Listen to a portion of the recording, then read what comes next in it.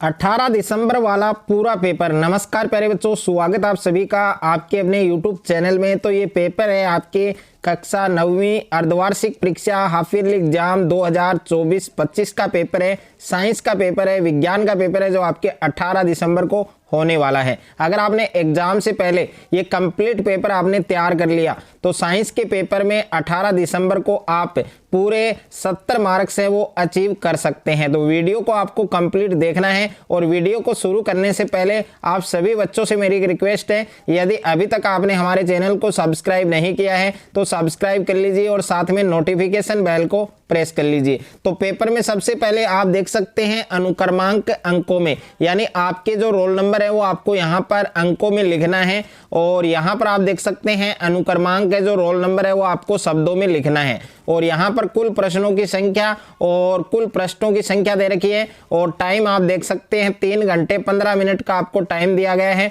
और maximum mark है, यानी पूरा जो पेपर है आपके 70 मार्क्स का है। और कक्षा 9वीं अर्धवार्षिक परीक्षा सत्र 2024-25 का ये पेपर है। आपके class 9th half yearly exam 2024-25 का पेपर है। साइंस का पेपर है, विज्ञान का पेपर है, जो आपके 18 दिसंबर को होने वाला है। और पेपर का जो कोड है वो आप देख सकते हैं 905 साइंस पेपर का कोड है। और सभी विषयों के पेपर का कोड आपके अलग अलग है। ओके, तो यहाँ पर आप देख सकते हैं बार कोड है, बार कोड लगा हुआ है दोनों साइड में। और सामान्य अनुदेश आप देख सकते हैं कि परीक्षार्थी प्रश्न पत्र के पहले पृष्ठ पर अपना अनुक्रमांक वो जरूर लिखें और प्रत्येक प्रश्न के सामने उसका अंक बार अंकित है। तो पूरा पेपर इस वीडियो के अंदर आपको मिलने वाला है। वीडियो को कहीं पर भी आपको स्किप नहीं करना है, वीडियो को लास्ट तक देखना है। पहले पेपर के अंदर आपको खंड ए दिया गया है, सेक्शन ए दिया गया है। और सेक्शन ए के अंदर फर्स्ट क्वेश्चन है आपके निम्न प्रश्नों के उत्तर का सही विकल्प चयन कर उत्तर पुस्तिका में लिखिए। यानी प्रश्न संख्या 1 है, उसमें आपको मल्टीपल चॉइस क्वेश्चन दिए गए हैं, बहुचयनात्मक क्वेश्चन दिए गए हैं और प्रत्येक क्वेश्चन आपके 1 नंबर का है। तो यहाँ पर क्वेश्चन नंबर फर्स्ट है आपके कि उदरपातन द्वारा निम्न में से किसे पृथक किया जा सकता है। यानी उदरपातन के द्वारा निम्न में से हम किसको अलग कर सकते हैं, पृथक कर सकते हैं। तो ए ऑप्शन के अंदर है रेत आपके, और बी ऑप्शन के अंदर है आपके अमोनियम क्लोराइड, और सी ऑप्शन के अंदर है आपके सोडियम क्लोराइड, और डी ऑप्शन के अंदर है आपके चौक पाउडर। तो इसमें 4 विकल्प आपके दिए गए हैं। कौन सा विकल्प पे आपके करेक्ट होगा, कौन सा ऑप्शन आपका सही होगा, वो आपको बताना है। सेकंड क्वेश्चन है आपके कि रसोई घर में खाना बनाने में प्रयुक्त गैस है। यानी रसोई घर के अंदर जो हम खाना बनाते हैं उसमें प्रयुक्त गैस कौन से उपयोग में लेते हैं। तो ए ऑप्शन के अंदर है आपके एलपीजी, बी ऑप्शन के अंदर है आपके सीएनजी, और सी ऑप्शन के अंदर है आपके द्रवित ऑक्सीजन, और डी ऑप्शन के अंदर है आपके उपयुक्त सभी। तो इसमें भी 4 ऑप्शन आपको दिए गए हैं। उसके बाद में थर्ड क्वेश्चन आपको दे रखा है कि वायु में ऑक्सीजन की मात्रा होती है। तो वायु में ऑक्सीजन की मात्रा कितने प्रतिशत होती है। तो ए ऑप्शन के अंदर है 78%, बी ऑप्शन में है आपके 49%, और सी ऑप्शन के अंदर है आपके 21%, और डी ऑप्शन के अंदर आपके 40%। तो इसमें भी 4 ऑप्शन आपको दिए गए हैं और कौन सा ऑप्शन आपका करेक्ट होगा वो आपको बताना है। क्वेश्चन नंबर 4 है आपके कि कोबाल्ट का प्रतीक क्या होगा। कोबाल्ट का प्रतीक आपको बताना है। तो ए ऑप्शन के अंदर है Cl, बी ऑप्शन के अंदर है आपके Cu, और सी ऑप्शन के अंदर है आपके Co, और डी ऑप्शन के अंदर है आपके Ca। उसके बाद में नेक्स्ट है आपके क्वेश्चन नंबर 5 है कि परमाणु के केंद्र में होते हैं। तो परमाणु के सेंटर में क्या होता है, केंद्र में क्या होता है। तो ए ऑप्शन के अंदर है आपके प्रोटॉन तथा इलेक्ट्रॉन, और बी ऑप्शन में दे रखा है आपके प्रोटॉन तथा न्यूट्रॉन, और सी ऑप्शन में दे रखा है न्यूट्रॉन तथा इलेक्ट्रॉन, और डी ऑप्शन में दे रखा है आपके केवल न्यूट्रॉन। तो इसमें 4 ऑप्शन आपको दिए गए हैं। कौन सा ऑप्शन आपका सही होगा, करेक्ट होगा, वो आपको लिखना है। उसके बाद में प्रश्न संख्या 6 है आपके कि क्रोमोसोम बने होते हैं। तो क्रोमोसोम है वो किसके बने होते हैं। तो ए ऑप्शन के अंदर है डीएनए और प्रोटीन के, और बी ऑप्शन है आपके प्रोटीन के, और सी ऑप्शन है आपके डीएनए तथा आरएनए के, और डी ऑप्शन है आपके डीएनए के। उसके बाद में नेक्स्ट है आपके प्रश्न संख्या 7 है, आपको दे रखा है कि ग्रंथियों का निर्माण किस ऊतक में होता है, यानी जो ग्लैंड होती हैं, जो ग्रंथियां होती हैं, उनका निर्माण है वो किस टिश्यू में होता है, किस ऊतक में होता है। तो ए ऑप्शन के अंदर है आपके एपिथेलियम ऊतक में, और बे ऑप्शन में दे रखा है आपके स्योजी ऊतक में, और स ऑप्शन दे रखा है आपके पेशी ऊतक में, और द ऑप्शन दे रखा है तंत्रिका ऊतक में। उसके बाद में नेक्स्ट है आपके क्वेश्चन नंबर 8 कि एरेनकाइमा पाया जाता है। एरेनकाइमा है वो किस में पाया जाता है? तो ए ऑप्शन के अंदर है आपके जलीय पादप में, और बे ऑप्शन के अंदर है आपके समतलीय पादप में, और स ऑप्शन है आपके मरुस्थलीय पादप में, और द ऑप्शन है आपके उपयुक्त सभी में। तो इसमें भी 4 विकल्प आपको दिए गए हैं, सही विकल्प आपको चूज करना है। क्वेश्चन नंबर 9 है आपके कि निम्न में से बल का मात्रक नहीं है, यानी बल का मात्रक 4 ऑप्शन आपको दे रखे हैं, इनमें बल का मात्रक नहीं है, वो ऑप्शन आपको लिखना है। तो ए ऑप्शन में दे रखा है आपके पाउंडल, बे ऑप्शन में दे रखा है आपके डाइन, और स ऑप्शन में दे रखा है आपके जूल, और द ऑप्शन में दे रखा है आपके न्यूटन। तो इसमें 4 ऑप्शन दिए गए हैं, इनमें से वह ऑप्शन आपको वह विकल्प आपको चूज करना है जो बल का मात्रक नहीं है। उसके बाद में नेक्स्ट है आपके क्वेश्चन नंबर 10 कि जी का मान सबसे अधिक कहां पर होता है? तो ए ऑप्शन के अंदर है पृथ्वी की सतह पर, बे ऑप्शन है आपकी ऊंचाई पर, और स ऑप्शन है आपके गहराई में, और द ऑप्शन है केंद्र पर। तो इसमें भी 4 ऑप्शन आपको दिए गए हैं, सही ऑप्शन आपको लिखना है, यानी मल्टीपल चॉइस क्वेश्चन है वो टोटल आपके 10 क्वेश्चन है। उसके बाद में हम बात करें आपका जो सेकंड क्वेश्चन है, यानी सेकंड क्वेश्चन आप देख सकते हैं यहाँ पर प्रश्न संख्या 2 आप देख सकते हैं, रिक्त स्थानों की पूर्ति करें। यहाँ पर फर्स्ट प्रश्न है आपके कि बर्फ का गलनांक होता है, तो बर्फ का गलनांक कितना होता है वो आपको रिक्त स्थान में फिल करना है। और सेकंड है आपके रिक्त स्थान जिंक 30% तथा कॉपर 70% का मिश्रण होता है, तो वह आपको लिखना है। और तीसरा प्रश्न है लोहे का प्रतीक क्या है? Fe, जो कि उसके लैटिन नाम से व्युत्पन्न किया गया है।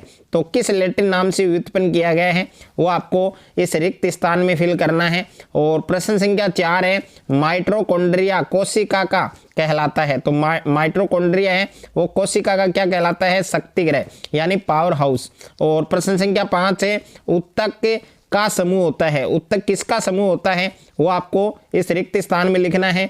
और प्रश्न संख्या 6 है आपके कि द्रव्य के घनत्व से कम घनत्व की वस्तुएं द्रव्य पर हैं, तो ये आपको रिक्त स्थान में फिल करना है। उसके बाद में नेक्स्ट है आपके निम्न प्रश्नों के उत्तर एक शब्द में या एक पंक्ति में लिखना है, यानी अति लघु उत्तरात्मक प्रश्न है और प्रत्येक प्रश्न आपके 1 नंबर का है। तो यहाँ पर प्रश्न संख्या 3 है आपके कि जल का क्वथनांक कितना होता है? तो जल का क्वथनांक आपको बताना है। और प्रश्न संख्या 4 है आपके विलयन किसे कहते हैं, यानी विलयन क्या होता है, सॉल्यूशन क्या होता है, और इसकी परिभाषा आपको लिखनी है। और प्रश्न संख्या 5 है कि जल में हाइड्रोजन एवं ऑक्सीजन के द्रव्यमानों का अनुपात सदैव कितना होता है, यानी जल में हाइड्रोजन और ऑक्सीजन के द्रव्यमानों का अनुपात सदैव कितना होता है वो आपको बताना है। प्रश्न संख्या 6 है आपके कि गोल्जी उपकरण की जो खोज है वो किस वैज्ञानिक ने की। और 7वां प्रश्न है आपके प्रवाह का शीर्षस्थ विभज्योतक कहाँ पाया जाता है, यानी प्रवाह का शीर्षस्थ जो विभज्योतक है वो कहाँ पर पाया जाता है वो आपको बताना है। उसके बाद में प्रश्न संख्या 8 है आपके कि उस उत्तक का नाम बताइए जो हमारे शरीर में गति के लिए क्या होता है, उत्तरदायी होता है। और प्रश्न संख्या 9 है आपके एक समान चाल के लिए समय के साथ तय की गई दूरी का ग्राफ कैसा होता है, यानी एक समान चाल के लिए समय के साथ टाइम के साथ तय की गई जो डिस्टेंस होती है, जो दूरी होती है, उसका ग्राफ कैसा होता है। और क्वेश्चन नंबर 10 है आपके वेग से क्या अभिप्राय है, यानी वेग क्या होता है। और क्वेश्चन नंबर 11 है भार किसे कहते हैं, भार यानी वेट क्या होता है, भार की जो डेफिनेशन है, जो परिभाषा है वो आपको लिखनी है। और क्वेश्चन नंबर 12 है आपके गुरुत्वाकर्षण बल के तथ्य को सबसे पहले किसने समझा था, उस साइंटिस्ट का, उस वैज्ञानिक का नाम आपको बताना है। उसके बाद में खंड ब दे रखा है आपको पेपर के अंदर और निम्न प्रश्नों के उत्तर 2 या 3 पंक्तियों में लिखिए, यानी ये लघु उत्तरात्मक प्रश्न है और सभी प्रश्नों के उत्तर आपको यहाँ पर 2 या 3 पंक्तियों के अंदर देने हैं। प्रत्येक क्वेश्चन आपके 2 नंबर का है। तो प्रश्न संख्या 13 है कि पदार्थ के कणों की विशेषताएं लिखिए। और प्रश्न संख्या 14 है आपके शुद्ध पदार्थ से आप क्या समझते हैं, यानी शुद्ध पदार्थ क्या होता है, इसकी क्या डेफिनेशन होती है। और प्रश्न संख्या 15 है आपके कि अणु एवं परमाणु में दो अंतर लिखिए। तो अणु और परमाणु है उसमें आपको दो अंतर बताना है। और प्रश्न संख्या 16 है केनाल किरणें क्या होती हैं, यानी केनाल किरणें क्या हैं, इनके बारे में आपको लिखना है। और प्रश्न संख्या 17 है आपकी जंतु कोशिका और पादप कोशिका में कोई दो अंतर लिखिए। तो जंतु कोशिका और पादप कोशिका में आपको अंतर स्पष्ट करना है। और प्रश्न संख्या 18 है हृदय पेशी के लक्षणों को लिखिए, यानी जो हृदय पेशी है उसके जो लक्षण हैं, उसकी जो विशेषताएं हैं उनके बारे में आपको बताना है। प्रश्न संख्या 19 है विभज्योतक उत्तक की कोशिकाओं की विशेषताएं लिखिए, यानी विभज्योतक उत्तक की जो कोशिकाएं होती हैं, जो सेल होती हैं, उनकी आपको विशेषताएं बतानी हैं। और प्रश्न संख्या 20 है आपके चाल और वेग में अंतर लिखिए। तो चाल और वेग है उसमें आपको अंतर बताना है। और प्रश्न संख्या 21 है आपके कि जब कोई गतिशील बस अचानक रुक जाती है तो आप आगे की ओर झुक जाते हैं, और जब विरामावस्था से गतिशील हो जाती है तो पीछे झुक जाते हैं, ऐसा क्यों होता है। और प्रश्न संख्या 22 है गुरुत्वाकर्षण का सार्वत्रिक नियम क्या है लिखिए, यानी गुरुत्वाकर्षण का जो सार्वत्रिक नियम है वो आपको लिखना है। और उसके बाद में सेक्शन सी है आपके खंड 6 है, और खंड 6 में प्रत्येक क्वेश्चन आपके 3 मार्क्स का है। तो यहाँ पर क्वेश्चन नंबर 23 है निम्नलिखित सूत्रों द्वारा प्रदर्शित यौगिकों के नाम लिखिए। तो यहाँ पर CaCl2, तो ये हो जाएगा आपके कैल्शियम क्लोराइड। और सेकंड है आपके K2SO4, तो ये हो जाएगा आपके पोटेशियम सल्फेट। और यह आपके होगा CaCO3 यानी कैल्शियम कार्बोनेट। उसके बाद में प्रश्न संख्या 24 है अमीबा अपना भोजन कैसे प्राप्त करता है। प्रश्न संख्या 25 है पौधों में सरल उत्तक जटिल उत्तक से किस प्रकार भिन्न है, यानी पौधे हैं उनमें सरल उत्तक है वो जटिल उत्तक से किस प्रकार से अलग है, किस प्रकार से भिन्न है। और प्रश्न संख्या 26 है आपके कि यात्रा शुरू होते समय कार का ओडोमीटर 2000 किलोमीटर प्रदर्शित करता है और यात्रा समाप्ति पर 2400 किलोमीटर प्रदर्शित करता है। यदि इस यात्रा में 8 घंटे लगते हैं तो कार की औसत चाल को किलोमीटर घंटा और मीटर सेकंड है उसमें आपको फाइंड करना है, ज्ञात करना है।